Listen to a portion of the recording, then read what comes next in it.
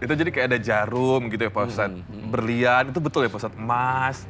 Ya setahu saya itu maharnya ya. Oh. Mahar itu untuk apa ya namanya?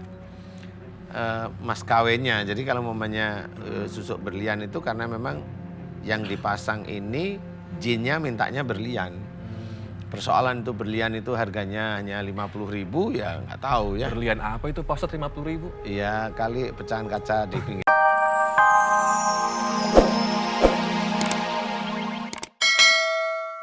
Barakatuh. Dalam alam semesta terciptalah makhluk, baik yang gaib maupun yang nyata.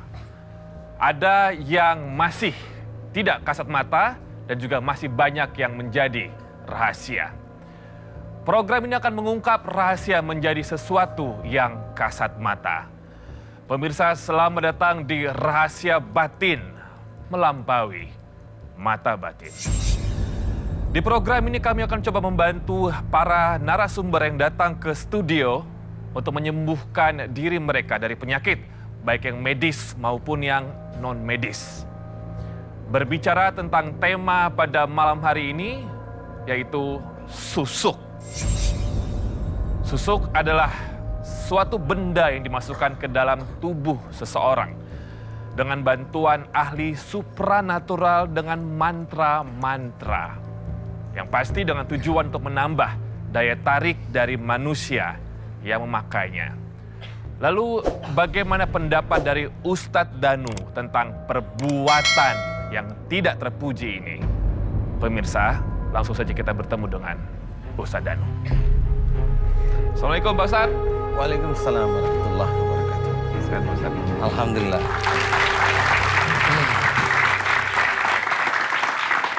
Ya Pak Ustadz, Ya. jadi kalau ngomongin soal memasang susuk, Ya. ini kalau dari range 0 sampai 10 bahasa awam ya Pak Ustadz ya, ini nilai dosanya seberapa besar Pak Ustadz? Masang susuk pakai amalan, kemudian ada jin yang masuk, kemudian dia menggunakan teluh, itu dosanya tetap sama yaitu musyrik. Dosa besar yang sulit terampuni, sulit ya. Sulit. Ya, bukan tidak terampuni tapi sulit terampuni. Sulit terampuni Ya. Pak Ustadz. Agak sulit itu maksudnya butuh proses ya. Ya. Butuh proses karena bisa aja prosesnya itu keseriusan dia untuk tidak kembali lagi ke hal seperti itu. Kemudian adakah barang-barang musyrik itu ada di dalam tubuhnya. Kalau namanya susuk, emang susuk itu bisa nggak diambil atau hanya cuma barangnya aja kan banyak ya. Nah hal-hal tersebut itu memang itulah yang saya berpikir bahwa Allah itu sulit untuk mengampuni dosa musyrik ya. Ya, itu dalam bentuk apa aja sih Pak Ustadz kalau dari pengalaman Pak Ustadz yang tersimpan di dalam tubuh mereka yang menggunakan itu? Yang saya amati orang-orang yang punya susuk itu ya di dalamnya ada makhluk aja, di titik-titik dia dipasang susuk itu ada makhluk. Jadi umpamanya untuk biar dilihat itu orang itu suka sama dia, tertarik tuh ya biasanya di kening kayak gitu. Biasanya kalau umpamanya orang tertarik lewat mata nanti di atas mata kayak seperti itu. Kalau orang itu tertarik dengan cara bicaranya dia nanti dipasang di bibir seperti itu.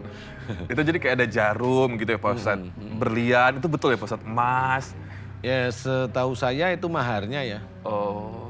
Mahar itu untuk apa ya namanya? Mas kawinnya. Jadi kalau mamanya susuk berlian itu karena memang yang dipasang ini jinnya mintanya berlian. Persoalan itu berlian itu harganya hanya 50.000 ya nggak tahu ya. Berlian apa itu Pak Ustadz 50.000? Iya kali pecahan kaca di pinggir jalan kali ya nggak tahu. Mungkin di saya. pasar ASMK deh Pak Ustadz ya.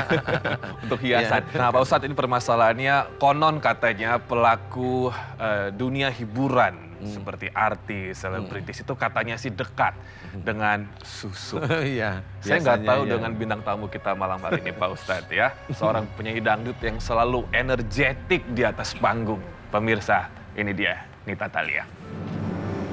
Assalamualaikum Kak Nita. Silakan. Selamat datang. Waalaikumsalam warahmatullahi Ya, wabarakatuh. selamat datang Kak Nita di Rahasia Batin. Ya, Tadi di awal sebelum mengundang dirimu, Robi sempat menyampaikan kita pelaku seni, pelaku di dunia hiburan, dilihat masyarakat dekat dengan hal-hal yang berbau dengan alat bantuan ini. Ya, saya nggak mau nembak ke Kanita, tapi kalau misalkan teman-teman sendiri, pernah nggak ada yang menggunakan susuk, lalu bercerita kepada kakak tentang keluhan yang mereka dapatkan setelahnya. Misalkan jadi penyakitan, keluarganya mengalami kerugian, atau mungkin karirnya malah menurun. Ada cerita nggak, Kak? Kalau temen sendiri sih belum pernah dengar. Tapi ada dari keluarga sendiri. Oh, wow. Dari nenek. Itu dulu kan nenek itu penari jaipong, ronggeng gitu ya.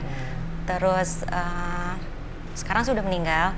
Almarhum itu katanya, konon katanya itu masang susuknya memang banyak hampir di seluruh tubuh. Terus meninggalnya itu agak susah. Meninggalnya agak susah. Terus sakitnya juga memang lama sekali ya. Itu bertahun-tahun sakitnya. Terus pas meninggal itu susuknya kan susah lepas. Terus itu dibantu katanya pakai daun kelor gitu. Baru bisa iya. Sakratul mautnya mudah gitu ya. Betul. Betul gitu Pak Ustadz. Kalau misalkan orang konon kata masyarakat kalau pakai susuk meninggalnya susah. Ya wallahu a'lam bishawab. Ada beberapa yang seperti itu ada, tapi saya memang pernah mengalami nggak cuma kayak neneknya Kanita. Mbak Nita ya. Saya pernah mengalami bertemu dengan orang yang sudah meninggal 20 tahun tapi masih hidup. Hah? Iya. Jadi itu setelah ketemu dengan saya baru dia mati. Seorang perempuan. Jadi dia memang nggak makan. Memang sehari-harinya orang itu nggak makan nasi, nggak makan ini. Makanya hanya kemenyan, bunganya kayak gitu. Saya nggak tahu waktu itu. Nah waktu mati di otopsi memang jantungnya itu udah kering. Sudah kering. Jadi memang orang ini sudah mati sejak lama.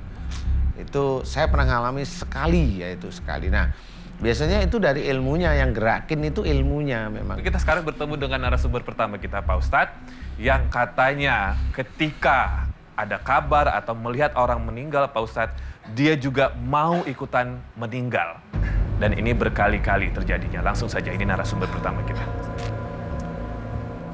Assalamualaikum, permisi. Ya silakan Mbak, masuk.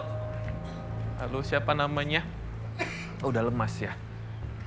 Pakai mikrofonnya ya. Di sebelah sini boleh. Ya, boleh pakai mikrofonnya. Ya. Namanya siapa? Nama saya Dede Maria. Lebih dekat mikrofon. Dede Maria dari Jakarta. Mbak Dede, usia berapa Mbak Dede? 32 tahun. 32. Tadi betul katanya kalau ada yang meninggal, bawaannya jadi seperti ikut meninggal gitu? Iya, betul. Bagaimana ceritanya? Saya salam dulu boleh? Ya, boleh. Assalamualaikum warahmatullahi wabarakatuh. Waalaikumsalam. Saya mengalami untuk dari meninggal itu sebenarnya dari kecil. Setiap ada orang meninggal itu saya takut, jadi terasa kayak mau meninggal. Jadi kayak misalkan lihat sosok itu kayak nyawanya mau diambil. Sampai saudara saya meninggal pun saya nggak berada di rumah, saya tinggal di tetangga karena saking takut. Nah setiap ada kurung batang, saya selalu kabur. Itu waktu saya kecil. Cuman parahnya itu saya di tahun 2006, saya takut gila gitu. Terus bawaannya tuh maunya pukul orang, galak sama orang. Setelah itu saya diruqyah. Karena saya pengen sembuh, saya diruqyah sama teman saya. Nah setelah diruqyah itu banyaklah bisikan yang masuk. Oh malah semakin banyak? Iya, semakin banyak bisikan itu. Kayak misalkan ngelihat rumah orang itu, saya maunya dobrak pintunya, terus ngamuk di situ. Cuman saya nggak ngerti sih maksudnya apa gitu. Terus kalau lihat orang bawaannya galak gitu. Terus dorongan bisikan bunuh atau mau tarik orang tuh kuat gitu. Seperti itu Mas. Itu kalau sudah menikah mohon maaf?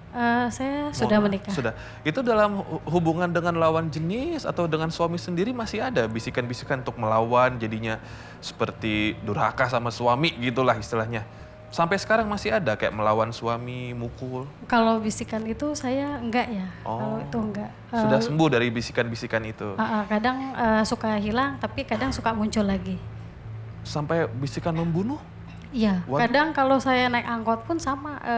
Kadang belum waktunya turun, saya diminta turun gitu, suruh lompat gitu. Suruh lompat? Iya, Dan kamu mau lompat? enggak, saya istighfar aja. Istighfar. Iya. Ketika melawan dengan istighfar, adakah